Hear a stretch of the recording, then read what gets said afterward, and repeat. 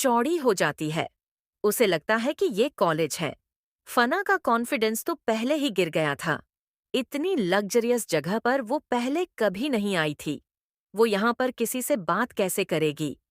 वो विक्रम को देखते हुए बोलना चाहती थी, लेकिन विक्रम उसे यहाँ पर भी लताड़ देगा और उसकी एक भी नहीं सुनेगा।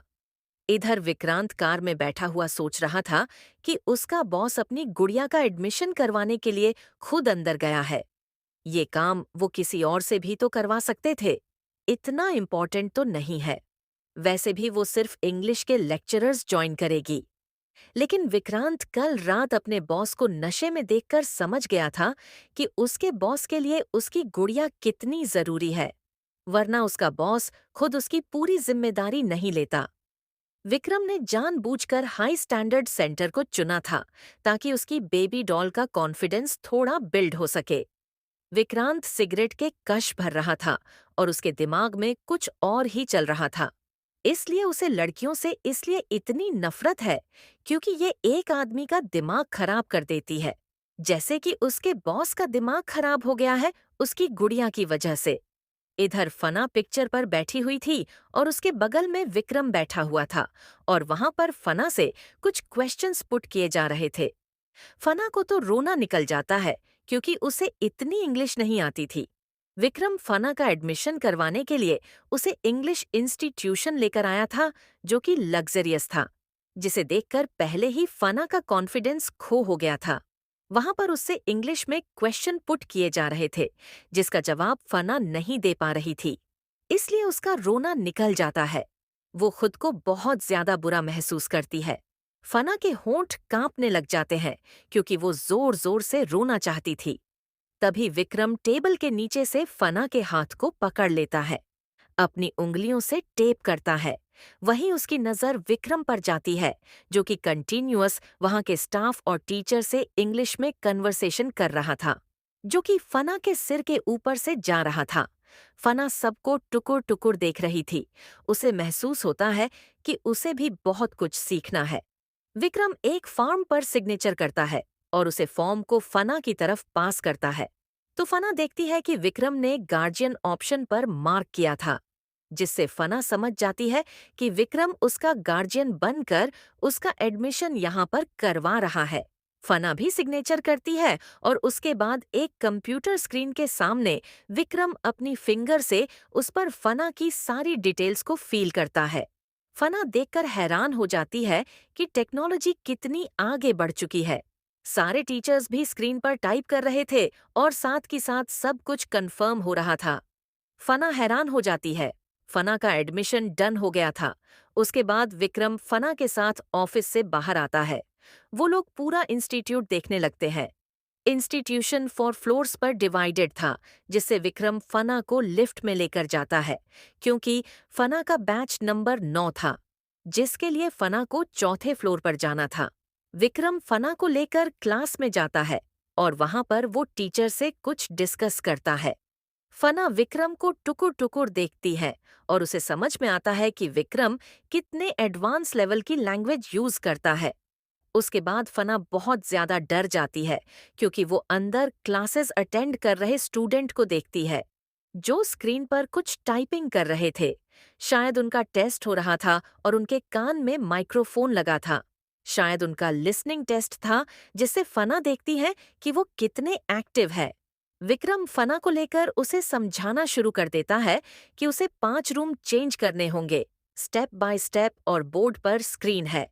इस पर उसे टाइप करना होगा जिससे उसका नाम आ जाएगा और वो उस नंबर को लेकर रूम में जाएगी। फना टुकुर टुकुर विक्रम को देखती है।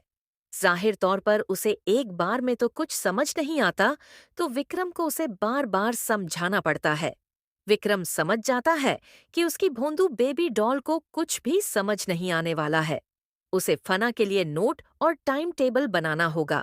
विक्रम फना को एक कार्ड देता है जिसे लेफ्ट में इंसर्ट करने के बाद ही उसे एंट्री मिलेगी। फना का सिर घूम जाता है कि यहाँ की सिक्योरिटी हाई थी। विक्रम फना को लेकर कार में वापस आ जाता है। उसके बाद जब वो लोग वहां से जा रहे थे तो फना विक्रम को देखते हुए धीरे से बोली, सर, ये तो बहुत ज्यादा है। क्या बहुत ज्यादा है? विक्रम ने फना की तरफ देखते हुए अपनी कोल्ड वॉइस में कहा, मैं यहाँ पर रोज आऊंगी क्या? मुझे कुछ भी नहीं पता है सर कि यहाँ पर क्या कैसे होगा। तुम फिक्र मत करो, तुम्हें हैंडल करने के लिए यहाँ पर कुछ टीचर्स होंगे। मेरी उनसे बात हो चुकी है। तुम्हें जो भी नहीं समझ आएगा तो तुम रिपीट पूछ सकती हो और वो एक वीडियो रिकॉर्ड करके तुम्हें रोज सेंड कर देंगे, जिसे तुम्हें रिवाइज करना होगा। तुम्हें नोटिस पर प्रिपेयर करने होंगे और रोज तुम्हारा टेस्ट होगा। अब तुम्हारा पूरा फोकस इस पर ही होना चाहिए। तुम चाहो तो काम छोड़ भी सकती हो, वो तुम्हारी चॉइस है। विक्रम अपनी बात साफ साफ फना के सामने रख देता है, जिससे फना विक्रम को देखते हुए बोली, सर, आप इसके मुझे कितने पैसे दोगे? विक्रम अपने होंठ भींचते हुए बोला, तुम कितने चाहती हो? 1 लाख दोगे क्या? फना बुदबुदाते हुए बोली। ओके, विक्रम ने फना को देखते हुए कहा, जिससे फना की आंखें फटी की फटी रह जाती हैं। उसने तो सेकुलरिज्म में बोल दिया था। उसे क्या पता था कि विक्रम एग्री कर जाएगा। फना ने विक्रम की तरफ देखते हुए कहा, क्या सच में सर, आप मुझे 1 लाख रुपए दोगे? विक्रम ने फना को देखते, आप मुझे 1 लाख रुपए दोगे? विक्रम ने फना को देखते हुए कहा, लेकिन तुम्हें फॉक्स के साथ स्टडी करनी होगी। मैं रोज चेक करूंगा और अगर तुम गलतियां करोगी तो तुम्हें मार भी पड़ेगी। इसमें मैं तुम्हारी लापरवाही बिल्कुल बर्दाश्त नहीं करूंगा, समझी तुम? पैसे भी नहीं मिलेंगे फिर। इस पर फना विक्रम को टुकुर टुकुर देखती है, फिर दूसरी तरफ मुंह करते हुए सोचती है, कैसा पागल आदमी है, इसके लिए मुझे 1 लाख रुपये क्यों दे रहा है? वही विक्रम फना के चेहरे को देखता है। वो समझ जाता है कि उसकी भोंदू क्या सोच रही है। विक्रांत अपने बॉस को देखता है, जो इस लड़की के लिए न जाने क्या क्या कर रहा है। विक्रम फना को एक डायरी देता है, जिसके अंदर उसने खुद अपने हाथों से फना के लिए अभी 5 मिनट में एक शेड्यूल रेडी किया था। फना का उसे देखते ही उसका मुंह बन जाता है। विक्रम फना को अपनी गोद में खींच लेता है। उसके बाद उसका चेहरा अपनी तरफ करते हुए उसके होठों को चूमने लगता है। सर, मुझे लगता है कि मुझसे नहीं होगा, फना घबराते हुए बोली। सब कुछ होगा तुमसे। आपने देखा था ना सर, उनकी स्पीकिंग स्किल्स, मुझे लगता है कि मैं ज़ीरो हूँ। तुम खुद को अंडरस्टिमेट बंद करना बंद करो। सीखोगी नहीं तो आएगा कैसे? और एक बात बहाने बनाना छोड़ दो, बेबी डॉल, क्योंकि तुम बहुत बेवकूफ हो। तुम्हारा दिमाग काम नहीं करता है, इसके लिए तुम्हें एक्टिव रहना बहुत जरूरी है। विक्रम ये सब कुछ बहुत रूडली बोलता है। फना कुछ भी नहीं बोलती है। उसके बाद विक्रम उसे होटल छोड़ता है और फिर वहां से चला जाता है। फना होटल पहुंचती है और वापस अपने काम में बिजी हो जाती है। फना को अब यहाँ पर काम करने की ज्यादा जरूरत नहीं पड़ती थी, लेकिन फना को अपने मैनेजर के लिए बहुत बुरा लग रहा था, क्योंकि उसका मैनेजर अच्छा था। फना के पास अपना टूटा फूटा फोन था, जो उसने हाल ही में नया लिया था, लेकिन विक्रम ने हर बार उसके फोन को तोड़ दिया था, क्योंकि फना ने उसका गिफ्ट रिजेक्ट कर दिया था। फना निशु को कॉल करती है और उसके बाद उससे मिलने का प्रोग्राम बनाती है। धीरे धीरे शाम हो जाती है और फना रोज की तरह वहां पर बैठकर 2 कप कॉफी पीती है। फिर आराम से उठकर वहां से बिना किसी को इन्फॉर्म किए चली जाती है। तुमने इस फना के नखरे देखे हैं? रहती तो यहाँ पर ऐसे है जैसे ये इसका ही होटल हो। एटीट्यूड देखा है इसका। भाई, उसके पास एटीट्यूड क्यों नहीं होगा? वो विक्रम भारद्वाज की गर्लफ्रेंड है। इसका मतलब समझ रही हो तुम? वो जो चाहे खरीद सकती है। विक्रम भारद्वाज ने उसके लिए ये पूरा होटल भी खरीद लिया है। अब तुम्हें कौन सी पावर का अंदाजा लगाना है? चुपचाप अपना काम करो, उनकी बुराई करना छोड़ दो, वरना अपनी नौकरी से हाथ धो बैठोगे। तुम्हें पता है ना, नीता ने तो नौकरी भी छोड़ दी। वो यहाँ से रिजाइन देकर चली गई, क्योंकि उसे अपनी जान बहुत प्यारी है। यहाँ पर सबसे ज्यादा परेशान वही करती थी फना को, और फना को मैंने देखा है कितनी हम्बल है, सबसे कितने रिस्पेक्टफुली बात करती हैं। आज तक उन्होंने कभी किसी को पलटकर जवाब तक नहीं दिया है और हमारे साथ सब कुछ शेयर करती हैं, स्माइल के साथ बात करती है। हमारे साथ कभी कभी बैठकर वो बातें भी करती हैं। हम, सही कहा तुमने, लेकिन वो कितनी उदास रहती है। विक्रम भारद्वाज की गर्लफ्रेंड बनने के बाद भी कोई लड़की कैसे निराशा रह सकती है? खुद में ही खोई खोई रहती है। तूने सुना नहीं है क्या? पैसों की कदर हर किसी को नहीं होती। ये तो वैसे भी बेवकूफ है। इसकी हरकतें अच्छी है। विक्रम भारद्वाज ने इसको उस दिन आईफोन गिफ्ट किया था, लेटेस्ट, जो न जाने कितना महंगा था। उसने तो उनकी रिंग भी रिजेक्ट कर दी, जो डायमंड की थी। ये लड़की तो हमें समझ में नहीं आती। हो सकता है कि ये बड़ा डायमंड चाहती हो। इधर फना निशु के पास पहुंच जाती है। निशु खाना बना रही थी।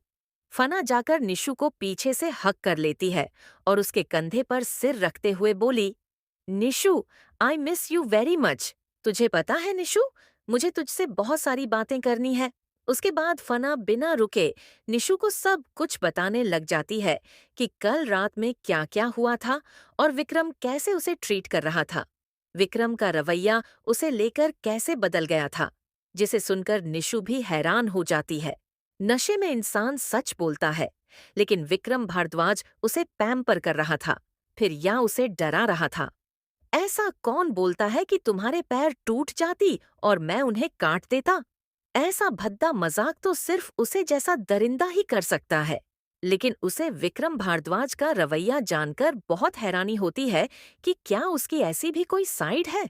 फना विक्रम के बारे में उसे सब कुछ बताती है और ये भी बताती है कि कल रात वो दोनों फिजिकल नहीं हुए थे पहली बार, जब विक्रम उसके करीब आया। वो दोनों बिना कुछ किए सोए थे और उसे बहुत अच्छी नींद आई थी। पर निशु, मुझे एक बात समझ नहीं आई। कल रात सर ने नशे में मुझसे कहा कि मुझे इंग्लिश क्लासेस में जाना है, लेकिन आज सुबह उन्हें कुछ भी याद नहीं था। लेकिन इंग्लिश क्लासेस के लिए वो मुझे आज एडमिशन दिलवाने के लिए लेकर गए। इतना ही नहीं, तुझे पता भी है वो इंस्टीट्यूशन कितना बड़ा था। वहां पर तो टेक्नोलॉजी बहुत एडवांस है। सब कुछ फिंगरप्रिंट और की लोक से होता है। इतना ही नहीं, वहां पर सब इंग्लिश में कन्वर्सेशन करते हैं आपस में और कोई किसी से बात भी नहीं करता है। वहां पर कंप्यूटर खुद हमारा फेस स्कैन कर लेता है और फिंगरप्रिंट से लिफ्ट ओपन होती है। सिक्योरिटी बहुत है और तुझे पता भी है वहां रोज टेस्ट होते हैं। जिसे सुनकर निशु भी हैरान हो जाती है और थोड़ा घबरा भी जाती है। तू ठीक से अपना ध्यान रखना, तुझे समझ तो आएगा ना? मुझे कुछ भी समझ नहीं आ रहा था निशु, सर ने मुझे ये डायरी दिया। ऐसा बोलते हुए फना निशु को डायरी दिखाती है, जिसके अंदर विक्रम ने एक एक स्टेप लिखा था और सारे पासवर्ड रिपीट लिखे थे, जिससे फना भूले ना। और नीचे लिखा हुआ था, मोटू भोंदू भूलना मत, जिसे पढ़कर निशु को हंसी आ जाती है। तू हंस क्यों रही है? ये कोई मजाक नहीं चल रहा। तुझे पता भी है कितना स्ट्रेस हो रहा है मुझे। और एक और चीज, सर ने मुझे कहा है कि अगर मैं दिल लगाकर पढ़ूंगी और कंसंट्रेशन के साथ फोकस करूंगी सीखने पर, तो वो मुझे 1 लाख रुपए देंगे पर मंथ। उन्होंने ये ऑप्शन भी रखा है मेरे सामने कि मैं चाहूं तो जॉब छोड़ भी सकती हूँ, होटल वाली। उन्होंने होटल को भी खरीद लिया है और मैनेजर का ट्रांसफर भी करवा दिया है। निशु का मुंह खुला का खुला रह जाता है। वो अपने सर को ठोकते हुए बोली, मुझे लगता है ना कि विक्रम भारद्वाज तुझसे कुछ ज्यादा ही ऑब्सेस्ड है। वो एक तरफ तेरे लिए अच्छा भी कर रहा है, तो एक तरफ तुझे इतना डराता क्यों है? और यूट्रस खरीदना, उसका दिमाग खराब है क्या? वो सन की आदमी, उसे समझ भी आता है कि वो क्या बोल रहा है। उसे क्या लगता है कि सब कुछ खरीदा जा सकता है? उसे कोई समझाओ कि हर चीज खरीदी नहीं जा सकती है। वो एक लड़की से उसका यूट्रस खरीदना चाहता है। ये कैसा लॉजिक हुआ? मुझे भी बहुत डर लग रहा है निशु। फना अपने पेट पर हाथ रख लेती है। सर, मेरा यूट्रस कैसे खरीद सकते हैं? वही तो मुझे समझ में नहीं आ रहा था। मैं बहुत ज्यादा डर गई थी।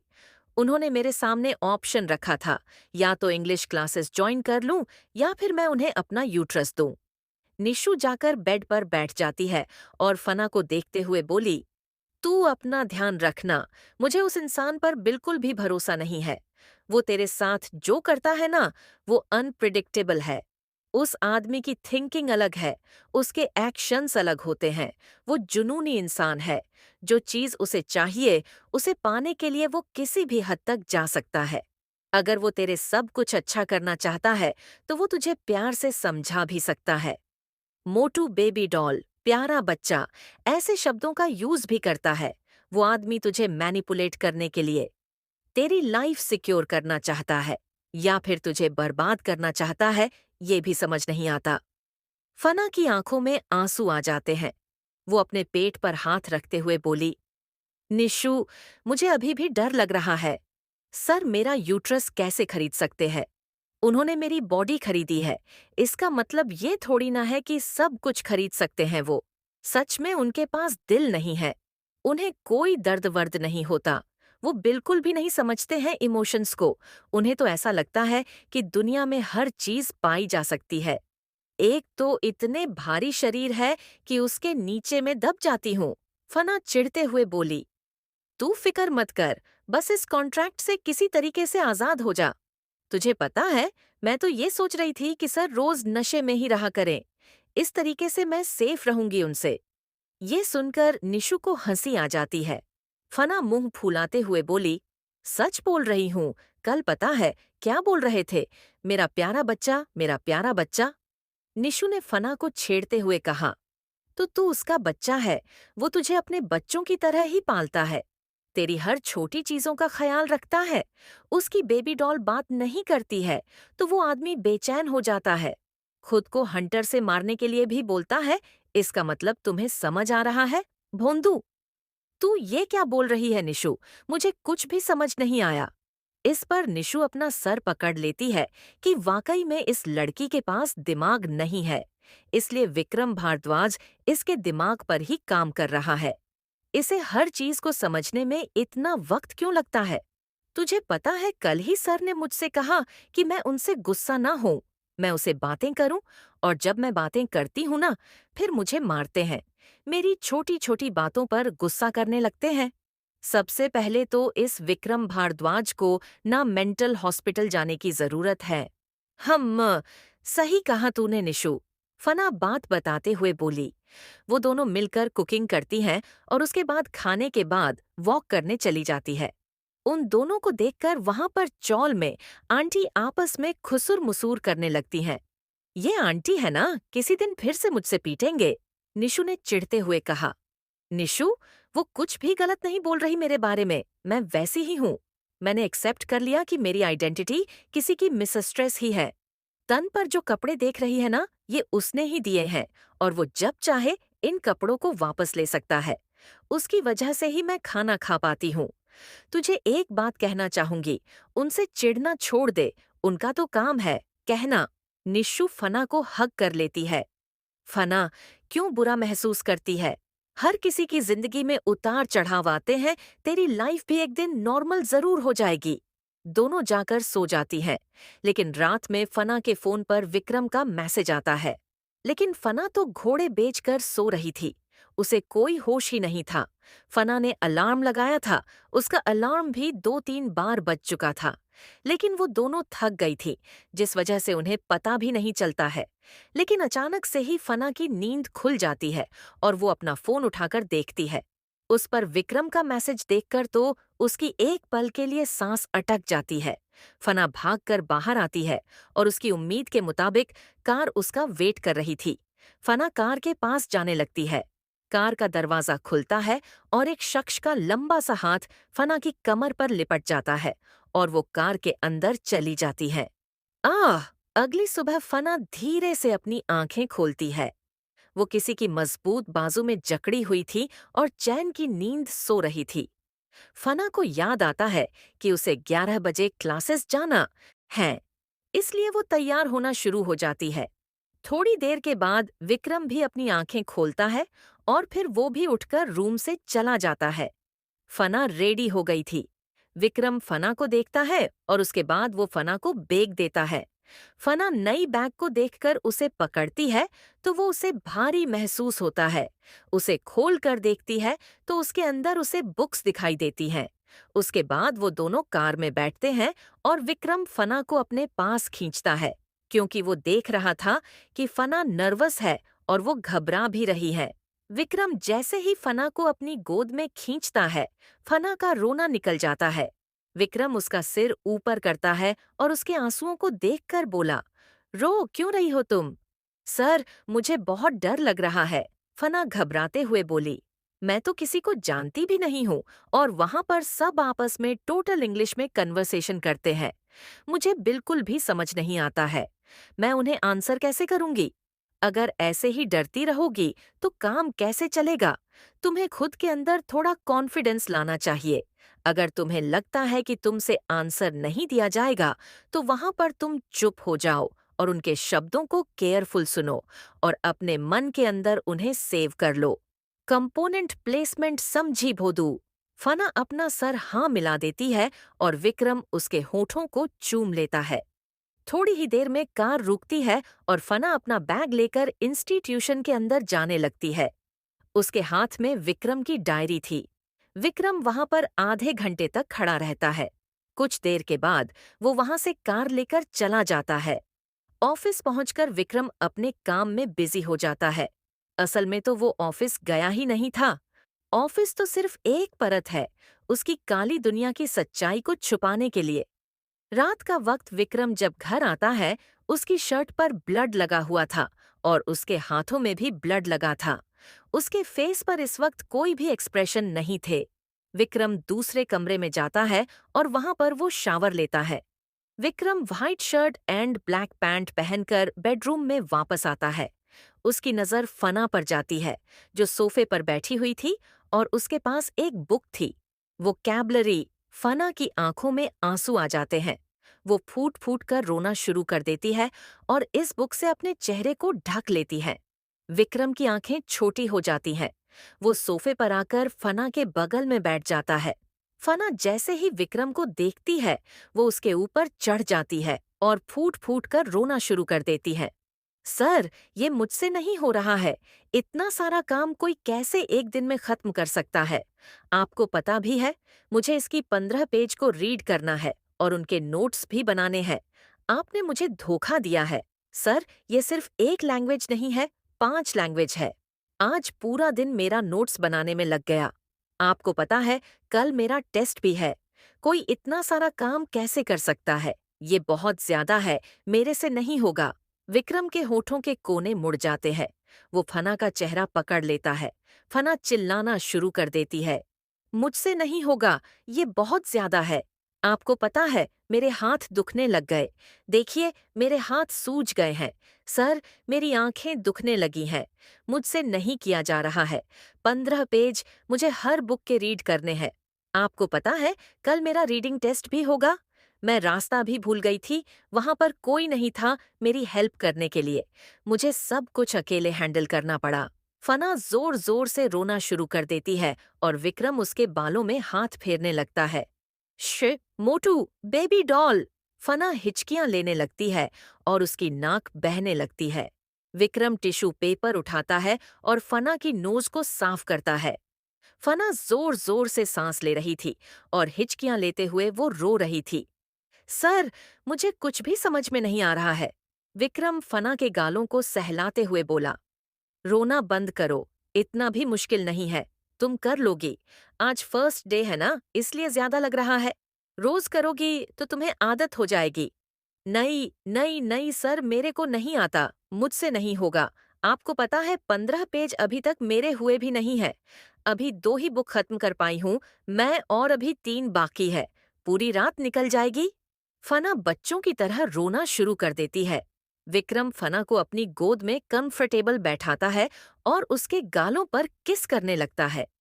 इतना काम दे दिया उन्होंने मेरे बच्चे को। ये बहुत ज्यादा है। कोई कैसे कर सकता है इतना सारा काम? मुझे कुछ भी याद नहीं हो रहा है। वो लोग मुझ पर जुल्म कर रहे हैं।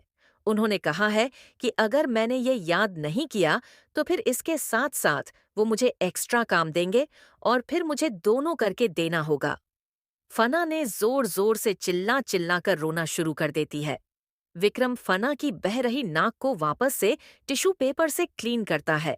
फिर उसके माथे को चूमते हुए बोला, मैं तुम्हें समझा देता हूँ, बेबी डॉल, रोना बंद करो। मोटू, नहीं होगा मुझसे। ये बहुत ज्यादा है। एक दिन में कैसे फिनिश हो सकता है? विक्रम फना की सूज चुकी आंखों को देखता है। शायद उसकी मोटू बेबी डॉल उसके आने से पहले भी रो रही थी। सर, मेरा हाथ दुख गया है। देखिए अब कितना सूज गया है मेरा हाथ। फना विक्रम को अपना हाथ दिखाते हुए शिकायत करने लगती है।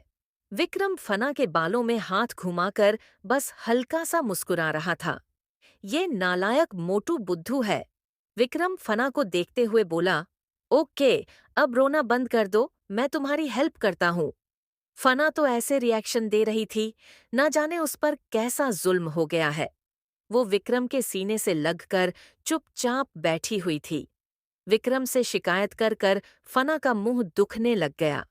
उसकी आंखों से बह रहे आंसू देखकर विक्रम बोला, अब कब तक रोती रहोगी तुम? हम मोटू। विक्रम फना को लेकर रूम से बाहर आता है। फिर वो अपनी बेबी डॉल को डिनर कराने लगता है। फना ने कुछ खाया भी नहीं था।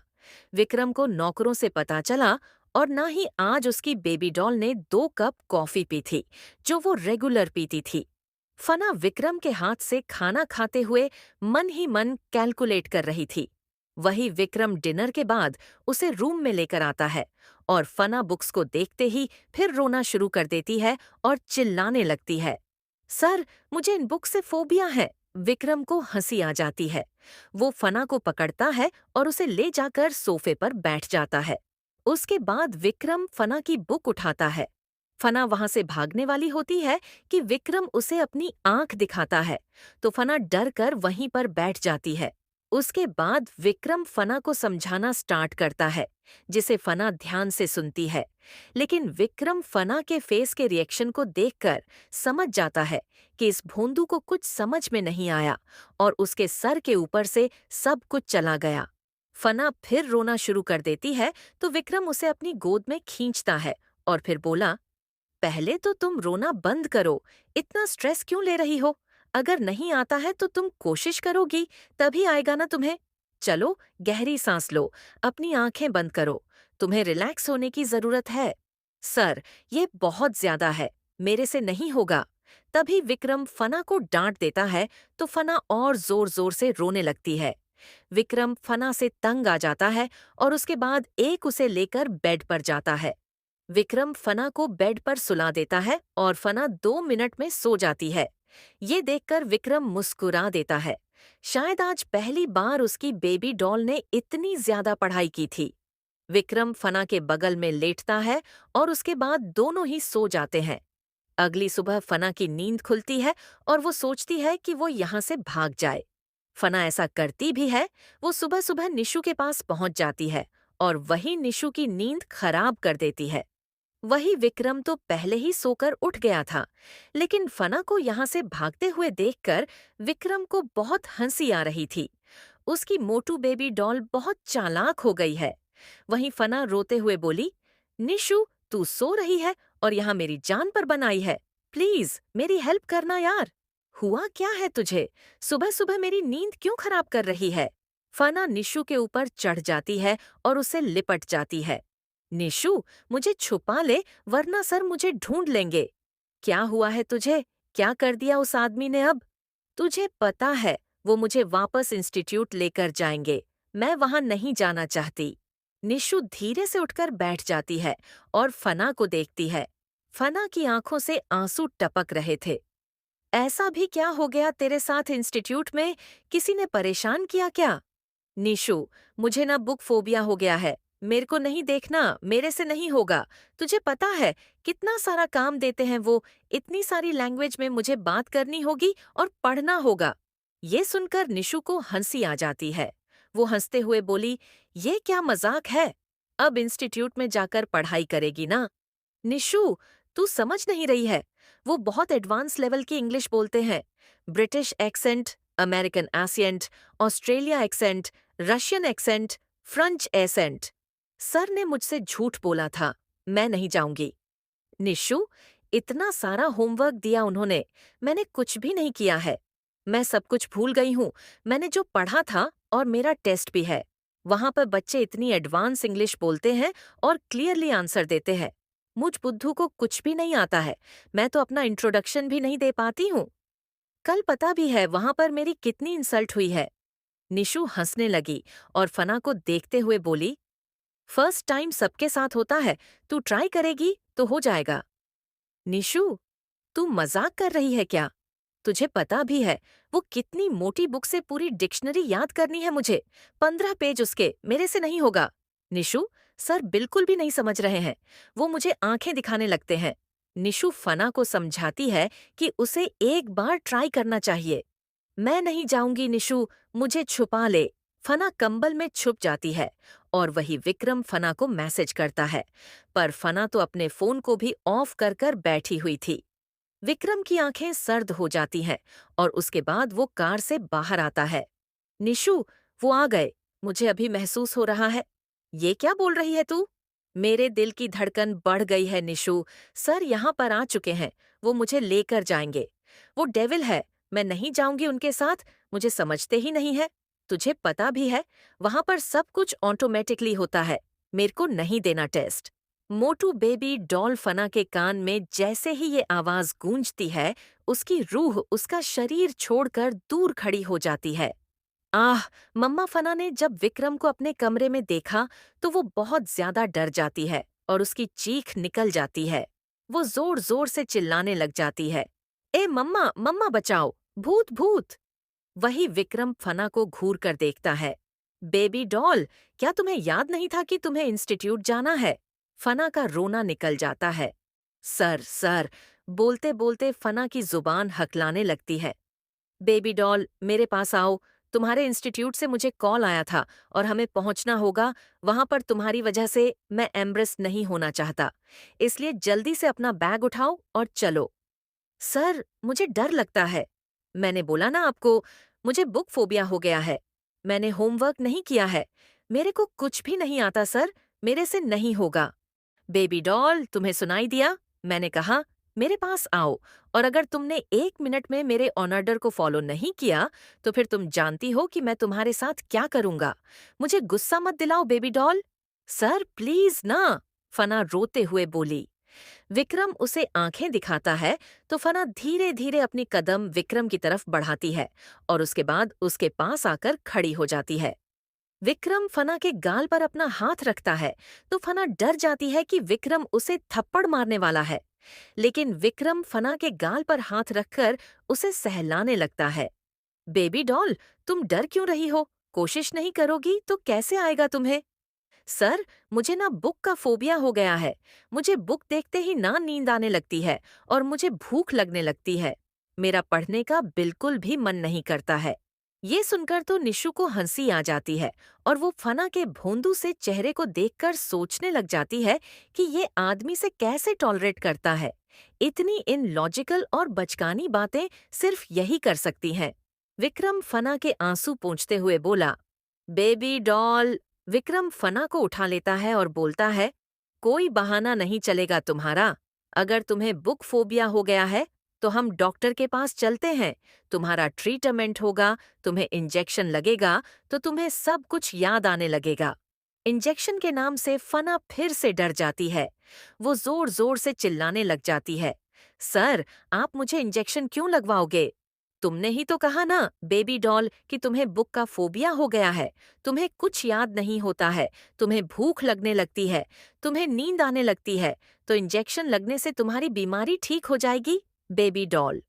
वही निशु तो अपने मुंह पर हाथ रखकर हंस रही थी। उसे फना की हरकतें देखकर कंट्रोल नहीं हो रहा था। एक शेर है तो दूसरा सवा शेर है। विक्रम ने फना को इतनी समझदारी से हैंडल किया था। ये देखकर निशु थोड़ा सा हैरान भी हो जाती है कि बिजनेस माइंडेड तो है ही ये आदमी, और इसे पता है कि भोंदू फना को कैसे और किस तरीके से सीधा करना है। विक्रम फना को लेकर अपनी कार में आ जाता है। वही फना रोते हुए विक्रम से बोलती है, सर, मुझे नहीं लगवाना है इंजेक्शन, आप क्यों नहीं समझ रहे हैं? मुझे डर लगता है, बुक्स देखकर उनके चक्कर आने लगते हैं। बेबी डॉल, इसी का तो इलाज करने जा रहे हैं हम, तुम फिक्र क्यों करती हो? दो इंजेक्शन लगेंगे तुम्हारे बम पर तो तुम ठीक हो जाओगी। फना जोर जोर से रोने लग जाती है। सर, प्लीज ऐसा मत करिए ना। लेकिन विक्रम फना को लेकर हॉस्पिटल पहुंचता है। उसके बाद वो फना को एडमिट कर देता है और वहां पर फना का ट्रीटमेंट चल रहा था। आखिर में नर्स 2 इंजेक्शन निकाल कर लाती है, जिसे देखकर फना डर जाती है और विक्रम से रोते हुए बोली, सर प्लीज। लेकिन विक्रम नर्स की तरफ इशारा करता है तो वो नर्स एक लिक्विड उस इंजेक्शन के अंदर फील करती है और फिर फना की तरफ बढ़ने लगती है, जिससे फना चिल्लाकर उठकर कूद जाती है विक्रम के ऊपर और उसे पकड़कर लटक जाती है। सर, मैं मजाक कर रही थी। मुझे कोई फोबिया नहीं है। मैं चल रही हूँ इंस्टीट्यूट। हम लेट हो जाएंगे सर, चलिए ना। विक्रम के होठों पर तिरछी स्माइल आ जाती है। वो फना को देखते हुए बोला, लेकिन बेबी डॉल, तुम्हें तो फोबिया था ना, इससे ठीक हो जाएगा। लग जाने दो इंजेक्शन। नहीं, नहीं सर, इसकी ज़रूरत नहीं है। मैं चल रही हूँ ना इंस्टीट्यूट। तुम्हें तो कुछ याद नहीं होता है ना, तुम्हें तो भूख लग जाती है, तुम्हें नींद आने लग जाती है, तुम्हारा पेट भी दुखने लग जाता है। सही कहा ना बेबी डॉल? सर, मेरा पेट दुखता है। हाँ, मुझे नींद भी आने लग जाती है और मेरा सर घूमने लग जाता है। लेकिन आप फिक्र मत करिए सर, मेडिसिन से भी ठीक हो जाएगा। इंजेक्शन लगाने की क्या ज़रूरत है? मैं चल भी नहीं पाऊंगी। फना बुदबुदाते हुए विक्रम से बोलती है। वही विक्रम फना को देखते हुए उसके गालों को दबाकर बोला, मोटू, अगर दोबारा कभी कहा ना कि तुम्हें बुक ऑफ फोबिया है, तो इस बार इंडक्शन मैं तुम्हें दूंगा बेड पर। फना विक्रम को देखती है और बोली, सर प्लीज ना, मुझे इंजेक्शन से डर लगता है। लेकिन मेरा इंजेक्शन तो तुम रोज लेती हो भोंदू। फना को कुछ समझ नहीं आता कि विक्रम किस बारे में बात कर रहा है, क्योंकि उसका दिमाग अभी ब्लैंक हो रखा था, ये सोचकर कि उसे इंस्टीट्यूट जाना है। विक्रम फना को लेकर कार में आता है और उसके बाद वो फना को इंस्टीट्यूट छोड़ता है। विक्रम फना को आंखें दिखाता है, क्योंकि फना वापस पलट पलट कर विक्रम को देख रही थी कि विक्रम उसे रोक ले। जब विक्रम यहाँ से चला जाए तो वो भाग जाएगी। फना जब तक अंदर नहीं चली जाती है, तब तक विक्रम हिलता भी नहीं है। विक्रम तिरछा मुस्कुराता है और फिर वहां से चला जाता है। ड्रामा क्वीन है उसकी भोंदू बेबी डॉल। रात का वक्त विक्रम कार से बाहर निकलता है और रोज की तरह वो अपने कमरे में सीधा आता है। उसकी नजर फना पर जाती है। फना अपने हाथ में बुक पकड़कर बैठी हुई थी और उसकी बुक उसके मुंह पर गिरी पड़ी थी और वो सो रही थी। विक्रम जाकर सोफे पर बैठ जाता है और थोड़ी देर तक तो वो अपनी बेबी डॉल को ऐसे ही घूरता है। विक्रम जाकर बाथरूम में फ्रेश होने लगता है। जब वह शावर लेकर बाहर आता है, तब उसकी नजर फना पर जाती है और वो फना को छूता है तो फना उठ जाती है। वो विक्रम को देखकर गुस्सा हो जाती है। फना मुंह फुलाते हुए कमरे से बाहर चली जाती है।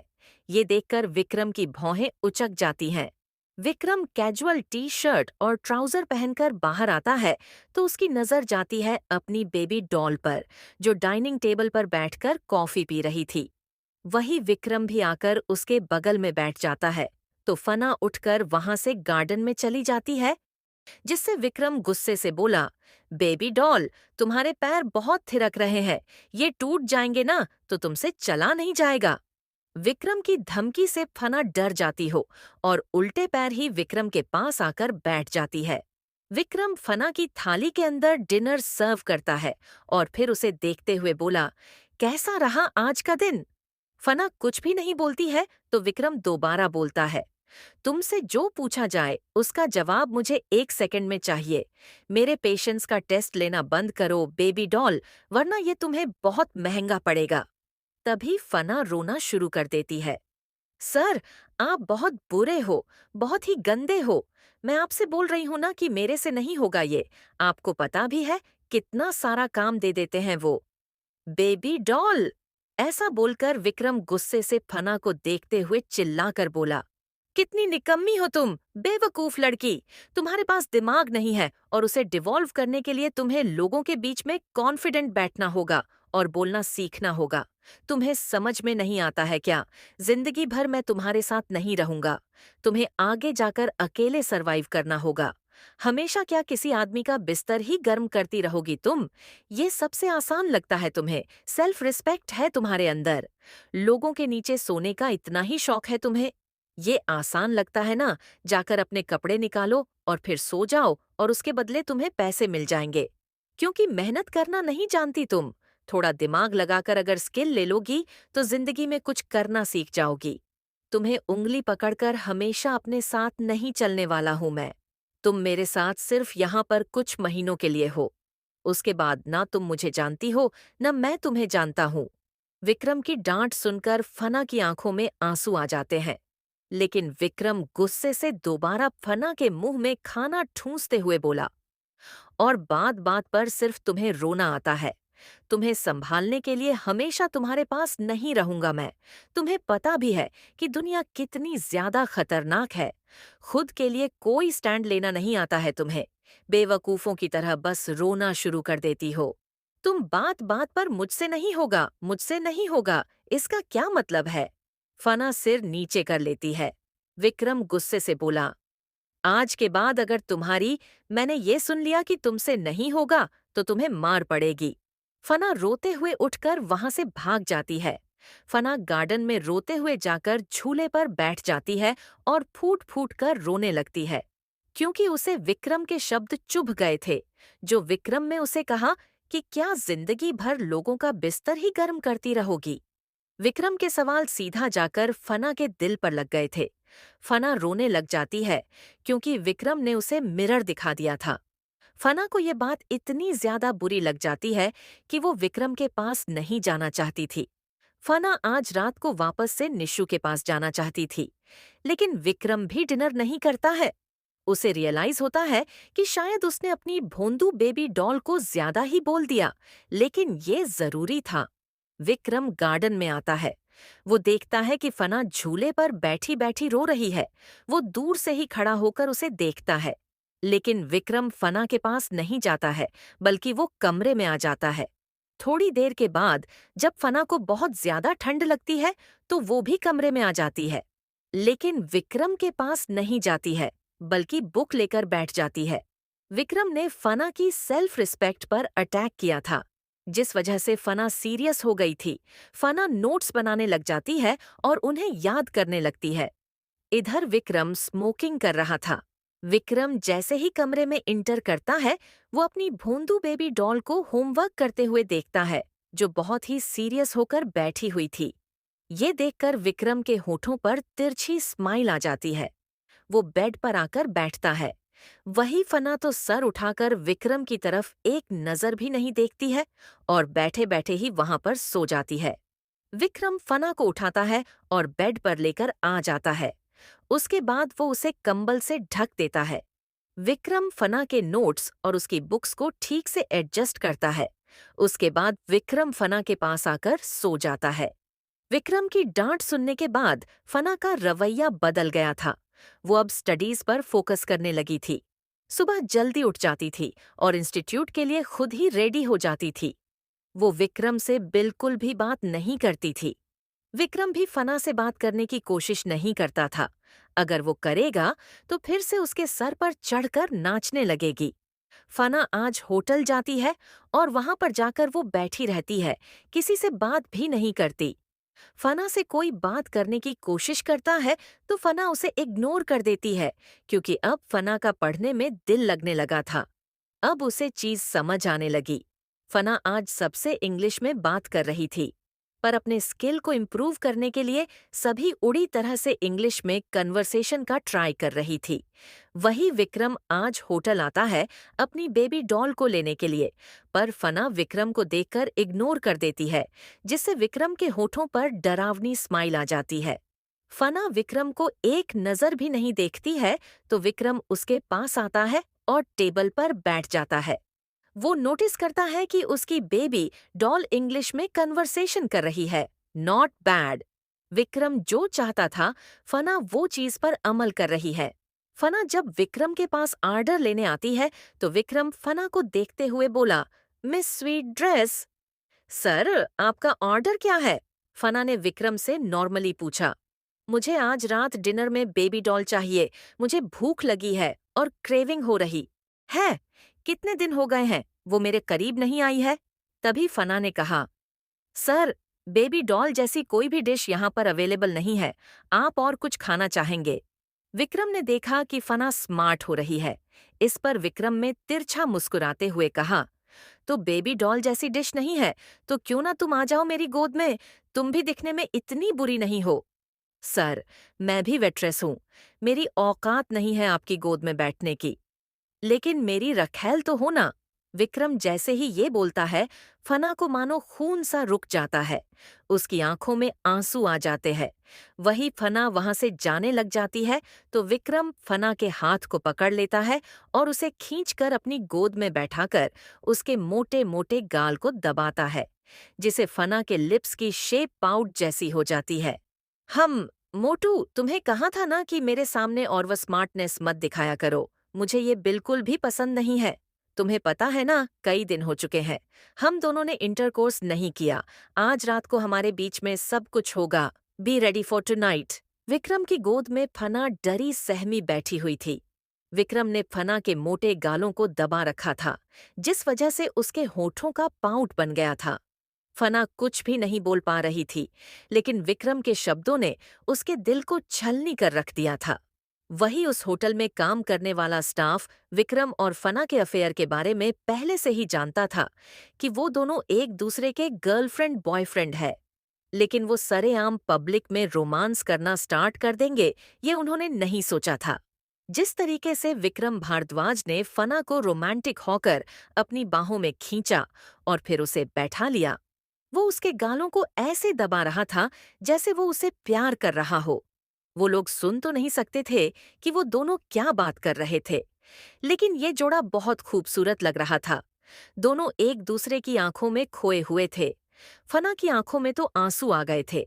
वही विक्रम ने फना के कान में अपनी फुसफुसाती हुई आवाज में कहा, हम तो तुम समझी मोटू, आज कोई बहाना नहीं चलेगा। कितने दिन हो गए हैं, मैंने बहुत कंट्रोल कर लिया। तुम्हें पता है ना बेबी डॉल कि मेरा इसके बिना एक दिन भी नहीं चलता है। उसके बावजूद भी तुम मेरे करीब नहीं आती थी। फना अभी भी कुछ नहीं बोलती है। वो बस अपनी कांपती हुई आवाज में बोली, मैं जानती हूँ सर कि मैं आपकी रखैल हूँ, लेकिन मुझे इम्पोर्टेंट काम था। इस वजह से मैं जल्दी सो जाती थी।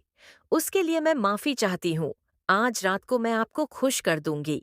वही विक्रम जब फना के मुंह से रखैल सुनता है तो उसे न जाने क्यों अजीब सी फीलिंग होती है और बहुत तेज गुस्सा आता है। वो फना के चेहरे को ऊपर करते हुए बोला, अब रोना क्यों शुरू कर रही हो? असल में विक्रम को ईगो प्रॉब्लम था। जब भी कोई उसके सामने ओवर स्मार्टनेस दिखाता था, तो विक्रम का ही ईगो तुरंत हिट हो जाता था, जिससे वो ऐसे कड़वे शब्द बोलता था कि सामने वाले का कॉन्फिडेंस टूट जाए। उसकी पर्सनैलिटी हार्टलेस है। वो लोगों के इमोशंस की परवाह नहीं करता है। उसे नहीं पता कि लड़कियों के दिल में छोटी छोटी बातें लग जाती है। वो फना को इतना रूडली ट्रीट करता था कि फना का रोना निकल जाता था। फिर भी विक्रम को कुछ समझ नहीं आता। विक्रम फना के होठों को लाइटली किस कर लेता है, फिर उसके लिप्स पर बाइट करता है, जिससे फना की होठों पर ब्लड आ जाता है। वहां पर गर्ल्स का स्टाफ तो ये देखकर शर्मा जाता है कि विक्रम भारद्वाज जैसा बॉयफ्रेंड सबको मिले। रिच है, टोल है, हैंडसम है, चार्मिंग है, स्मोकिंग है। वो लोग दोनों की इंटेंसिटी को देखकर शर्मा जाती है। उन्हें तो फना से जलन होने लगती है। ये लड़की कितनी लकी है, मिस्टर विक्रम भारद्वाज जैसा रोमांटिक बॉयफ्रेंड मिला है इसे, जो उसकी हर जरूरत का ख्याल रखता है। गुस्सा हो जाती है तो यहाँ पर मनाने आ जाता है। जरूर आज भी इन दोनों के बीच में कोई लड़ाई हुई है, जिस वजह से ही मिस्टर विक्रम भारद्वाज यहाँ पर अपनी गर्लफ्रेंड को मनाने आए हैं। वो इतने बिजी रहते हैं, उसके बावजूद भी अपनी गर्लफ्रेंड को इतना टाइम देते हैं। ये अपने आप में ही एक फना को लेकर इम्पोर्टेंस एंड फीलिंग्स थी, जो वहां पर मौजूद गर्ल्स को दिखाई दे रही थी। लेकिन हमारी भोंदू फना नहीं समझ सकती। वहां पर मौजूद लड़कियों को जलन हो रही थी। विक्रम रिच था और उसकी गोद में बैठी लड़की की वैल्यू 1000 गुना से भी ज्यादा बढ़ जाती है। विक्रम खास है तो उसके आसपास रहने वाली चीज भी खास है। अपने आप में ही इम्पोर्टेंट है वो। विक्रम के हाथ में ब्रांडेड वॉच थी। उसका शूज शायद इतना महंगा होगा कि वो लोग सोच भी नहीं सकते। विक्रम भारद्वाज की पर्सनालिटी अपने आप में ही मिस्ट्री थी। वही विक्रम फना की आंखों में देखते हुए बोला, और आज रात नखरे कम करना। फना अपना सर हाँ में हिला देती है और लेकिन विक्रम से कुछ बोलती नहीं है। विक्रम को ये फिर से चुभ जाता है कि फना बोली क्यों नहीं। वही विक्रम फना को देखते हुए बोला, तुम्हें नहीं लगता कि नखरे ज्यादा ही बढ़ गए हैं? कितनी बार बोलूं कि अगर एक बार क्वेश्चन पूछा है तो जवाब तुरंत चाहिए। फना डर जाती है विक्रम की इतनी डरावनी सी आवाज सुनकर, और वो विक्रम को देखते हुए अपनी आंसू भरी आंखों से बोली, ओके सर, मैं आ जाऊंगी। मुझे पता है बहुत दिन हो गए हैं जिस वजह से आप भड़क रहे हो। आपने एक बार फिर से मुझे याद दिलाया कि मैं कौन हूं। पूरी कोशिश करूंगी कि आप निराश ना हो और बिस्तर पर खुश हो जाएं। फना ने जिस तरीके से ये बोला, विक्रम को अच्छा नहीं लगता है, जैसे फना उसे टॉन्ट मार रही है। इसलिए वो गुस्से से बोला, तुम्हारी जुबान इतनी तीखी क्यों हो गई है? तुम्हारा वो हैंडसम मैनेजर का मैंने ट्रांसफर करवा दिया।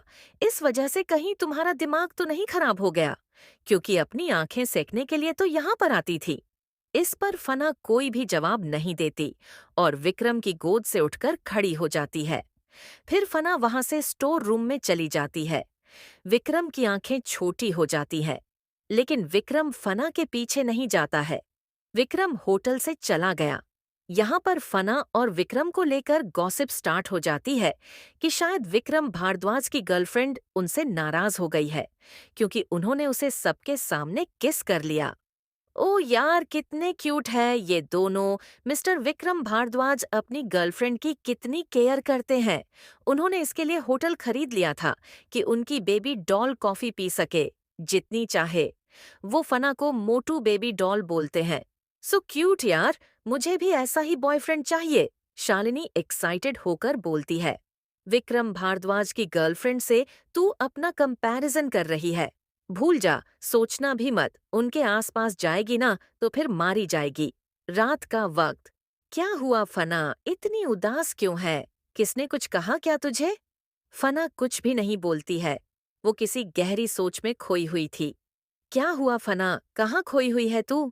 नीशू ने फना को झकझोरते हुए कहा, क्योंकि करीबन 10 मिनट से वो फना को आवाज दे रही है, उससे बातें कर रही है, लेकिन फना का रिस्पांस उसे नहीं मिला है, जिससे निशु उसकी तरफ देखती है। निशु कुकिंग कर रही थी, लेकिन फना उसके सवालों का जवाब नहीं देती है। फना को इतना शांत देखकर निशु को थोड़ा सा अजीब लगता है। कहीं ये बीमार तो नहीं, या फिर कोई टेंशन है इसे? फना निशु को देखते हुए बोली, निशु, तुम कुछ कह रही थी? मैं करीबन 10 मिनट से चिल्ला रही हूँ, तुझे कुछ सुनाई नहीं दे रहा है। क्या हुआ तुझे बच्चे? निशु, क्या मिस्ट्रेस का धब्बा जिंदगी भर के लिए मेरे किरदार पर लग चुका है? क्या मेरी पहचान इससे ही होगी कि मैं किसी की रखैल हूँ? फना के सवाल पर निशु निशब्द हो जाती है। वो समझ जाती है कि फना अभी तक क्या सोच रही थी। निशु फना को अपने सीने से लगा लेती है। क्या हुआ है? इतना क्यों उदास हो गई हो आज तुम? निशु, मुझे बिल्कुल भी अच्छा नहीं लगता है जब सर मुझे बोलते हैं कि मैं उनकी रखैल हूँ। मेरा दिल दुखता है और मुझे रोना आता है। फना रोते हुए बोलती है। कभी वो मुझे इतने प्यार से बोलते हैं, मेरा बच्चा, और दूसरे ही पल इतना कड़वा बोलते हैं, जो मेरे दिल को दुख देता है। मैं इंसान हूँ निशु, मैं जानती हूँ कि यही मेरी सच्चाई है। नहीं सुना जाता है मुझसे। मैं इतनी मेहनत कर रही हूँ ना, अब मैं सीरियस हो चुकी हूँ अपनी लाइफ को लेकर। क्या हुआ तुझे? आज अगर जाने का मन नहीं है तो मत जा, बोल दे कि बीमार है। निशु, सर ने बोला है कि अब मुझे जाना ही होगा। आज वो कोई बहाना नहीं सुनेंगे। वैसे भी काफी दिन हो गए, हमारे बीच में कुछ हुआ नहीं है। फना अपनी जगह से खड़ी होती है और अपना पर्स लेते हुए बोली, ओके निशु, मैं जा रही हूँ। फना चोल से बाहर निकलती है। वहां पर एक आंटी उसके बारे में उल्टा भूत सीधा बोलना शुरू कर देती है। जाली रे, अपने भतार को देने, एक आंटी अपनी भोजपुरिया आवाज में बोलती है। लेकिन फना वहां से भाग जाती है। वो ऑन्टो लेती है और फिर विक्रम के महल पहुंच जाती है। फना जाकर सबसे पहले शावर लेती हूँ और फिर अपनी बुक्स निकालकर पढ़ना स्टार्ट कर देती है। विक्रम रात के 11 बजे से पहले नहीं आने वाला था। फना थोड़ी देर तक पढ़ती है और अपने नोट्स बनाती है। फिर जाकर वो शावर लेती है। वो अपनी एनर्जी को सेव करने के लिए बेड पर लेट जाती है और थोड़ी देर तक सो जाती है। अचानक से फना की नींद झटके से खुलती है और वो एक जोरदार चीख के साथ उठकर बैठ जाती है, क्योंकि विक्रम का फेस एकदम उसके नजदीक था, जिससे वो डर गई थी। वहीं विक्रम भी फना को बस एक तक देखे जा रहा था। फना बिना कपड़ों के सो रही थी और विक्रम उसे घूर रहा था। फना उठकर बैठ जाती है। सर आप! तभी विक्रम पीछे हटता है और गुस्से से फना को देखते हुए बोला, अपने कपड़े पहनो। लेकिन सर, आज तो हमें करना था ना। तुम्हें जितना कहा जाए उतना करो, सुनाई दिया तुम्हें। विक्रम बेड से खड़ा हो जाता है। उसके बाद फना भी धीरे से बेड से खड़ी होती है और जाकर अलमीरा से अपने कपड़े निकालकर पहनने लगती है। विक्रम ने फना को वापस एक नजर भी नहीं देखा और रूम से बाहर चला गया। वही फना विक्रम का रवैया देख थोड़ा सा हैरान हो जाती है कि आखिर क्या हो गया उसके सर को। जहां तक वो विक्रम को जानती है, वो उसके ऊपर कूद जाता है, क्योंकि फना ओवर थिंकिंग करना स्टार्ट कर देती है। इतने दिन हो गए थे, वो विक्रम के करीब नहीं गई थी और वो दोनों फिजिकल भी नहीं हुए थे। तो विक्रम अपनी जरूरतें कहाँ पूरी कर रहा था? क्या उसने कोई दूसरी ढूंढ ली है? फना अपने कपड़े पहनकर रूम से बाहर आती है। विक्रम सोफे पर बैठा था, लिविंग हॉल के। फना उसके पास अगर खड़ी हो जाती है तो विक्रम फना का हाथ पकड़ता है और फिर उसे लेकर अपनी कार में बैठ जाता है। फना सवालिया नजरों से विक्रम को देख रही थी। विक्रम फना को अपनी गोद में बैठा लेता है। उसके बाद फना को लेकर न जाने कहाँ जा रहा था, वो भी नहीं जानती थी। फना को उबासी आने लगती है। विक्रम फना के लंबे लंबे बालों को देखता है और उनसे खेलते हुए विक्रम ने कहा, भोंदू बेबी डॉल। फना कुछ भी नहीं बोलती है तो विक्रम गुस्से में उसकी गाल को मसल देता है। आह! सर, मैं जानती हूँ कि मैं आपकी रखैल हूँ, यही पूछना चाहते थे ना? वो विक्रम को ताना मारती है। फना को फिर से नींद आती है और वो विक्रम की चेस्ट में सर रखकर वापस से सो जाती है। वही फना की जब दोबारा आंखें खुलती हैं तो हैरान हो जाती है, क्योंकि वो बेड पर थी। फना टुकुर टुकुर चारों तरफ देखती है और घबरा जाती है। इतने डिफरेंट प्लेस पर फना कभी नहीं आई थी। वो ग्लास के पास जाकर खड़ी हो जाती है और बाहर देखती है तो यहाँ से उसे पूरा शहर नजर आ रहा था। फना डर जाती है और अपना फोन ढूंढने लग जाती है, लेकिन उसे उसका फोन भी नहीं मिलता है, जिससे वो फूट फूट कर रोने लगती है। फना जाकर दरवाजा खोलने की कोशिश करती है। सर, आप कहाँ हो? प्लीज मुझे यहाँ से ले चलिए। तभी कमरे की लाइट भी अचानक से चली जाती है और वहां पर किसी के जोर जोर से हंसने की आवाज आती है, जिससे फना के शरीर से तो मानो जैसे आत्मा ही निकल जाती है। वो वहीं पर धड़ाम से गिर जाती है और जोर से चिल्लाती है, आहा सर! और अचानक से कमरे की लाइट दोबारा से ऑन हो जाती है। फना के सामने एक लंबी चौड़ी आकृति खड़ी थी। इसे देखकर फना जल्दी से उस शख्स से लिपट जाती है और रोते हुए बोली, कहाँ छोड़कर चले गए थे आप मुझे? आपको पता है मैं कितना डर गई थी। फना विक्रम का हाथ पकड़कर अपने दिल पर रखती है। देखिए, कितनी तेज मेरी धड़कन धड़क रही है। आपने तो आज मुझे डरा ही दिया था। हम है कहाँ पर सर? फना एक ही सांस में इतना बोल जाती है कि विक्रम उसे उठा लेता है। श्श! मेरा बच्चा इतना ज्यादा डर गया था, विक्रम ने फना के आंसू पोंछते हुए कहा। हम फना आंसू बहाते हुए बोली। विक्रम सोच रहा था कि आगे जाकर इस लड़की का उसके बिना क्या होगा। फना पैनिक करने लगती है। फना विक्रम से लिपट गई थी। उसके बाद विक्रम उसे बेड पर सुला देता है और उसके कपड़ों को रिमूव करना स्टार्ट कर देता है, जिससे फना विक्रम को देखने लगती है। वो जानना चाहती थी कि आखिर वो लोग है कहाँ पर, लेकिन विक्रम अब शायद सुनने के मूड में नहीं था। वो फना के होठों से अपने होंठ बंद मिला देता है और उसके लबों से अपने लबों को मिलाकर चूमने लगता है। धीरे धीरे उनका किस इंटेंस हो जाता है और फना के बदन से सारे कपड़े निकल जाते हैं और कमरे में बिखर जाते हैं। फना ब्लैंकेट को अपनी मुट्ठी में कस लेती है। वही विक्रम फना के होठों को दांतों के नीचे दबाकर खींचता है, जिससे फना की आह निकल जाती है। उसके बाद विक्रम अपने होठों से फना के पूरे चेहरे को किस कर लेता है। धीरे धीरे कर वो उसकी गर्दन पर फिसलने लगता है। विक्रम ने फना की गर्दन पर बाइट कर दिया, जिससे फना की आह निकल जाती है। वो विक्रम से धीरे से बोली, धीरे, आह! चादर पर पड़ रही सिलवटें, मधोशियां, करहाने की आवाजें कमरे में शोर मचाने लगी। दोनों के बदन आपस में उलझ गए थे। उन्हें देखकर कोई भी शर्म से पानी पानी हो जाए। करहाने की आवाज इतनी इंटेंस हो गई थी वक्त के साथ। विक्रम फना के चेहरे को देखता है, जो थक चुकी थी। लेकिन विक्रम का मन नहीं भरा था। वो फना के होठों को बार बार किस कर रहा था और उसके शरीर को तो उसने तोड़ दिया था। फना जानती थी कि आज ऐसा ही होगा। विक्रम ने जिस तरीके से फना के कपड़े रिमूव किए थे, फना समझ गई थी कि आज ये सिलसिला लंबे वक्त तक चलेगा और कितना वाइल्ड और पैशनेट होगा। विक्रम फना के शोल्डर पर अपने होंठ रखता है और फना विक्रम से रिक्वेस्ट करने लगती है। फना विक्रम को पीछे की तरफ पुश करती है ताकि वो विक्रम को थोड़ा सा धीमा कर सके। लेकिन विक्रम फना की कलाइयों को पकड़ लेता है और बेड पर ब्लॉक कर देता है।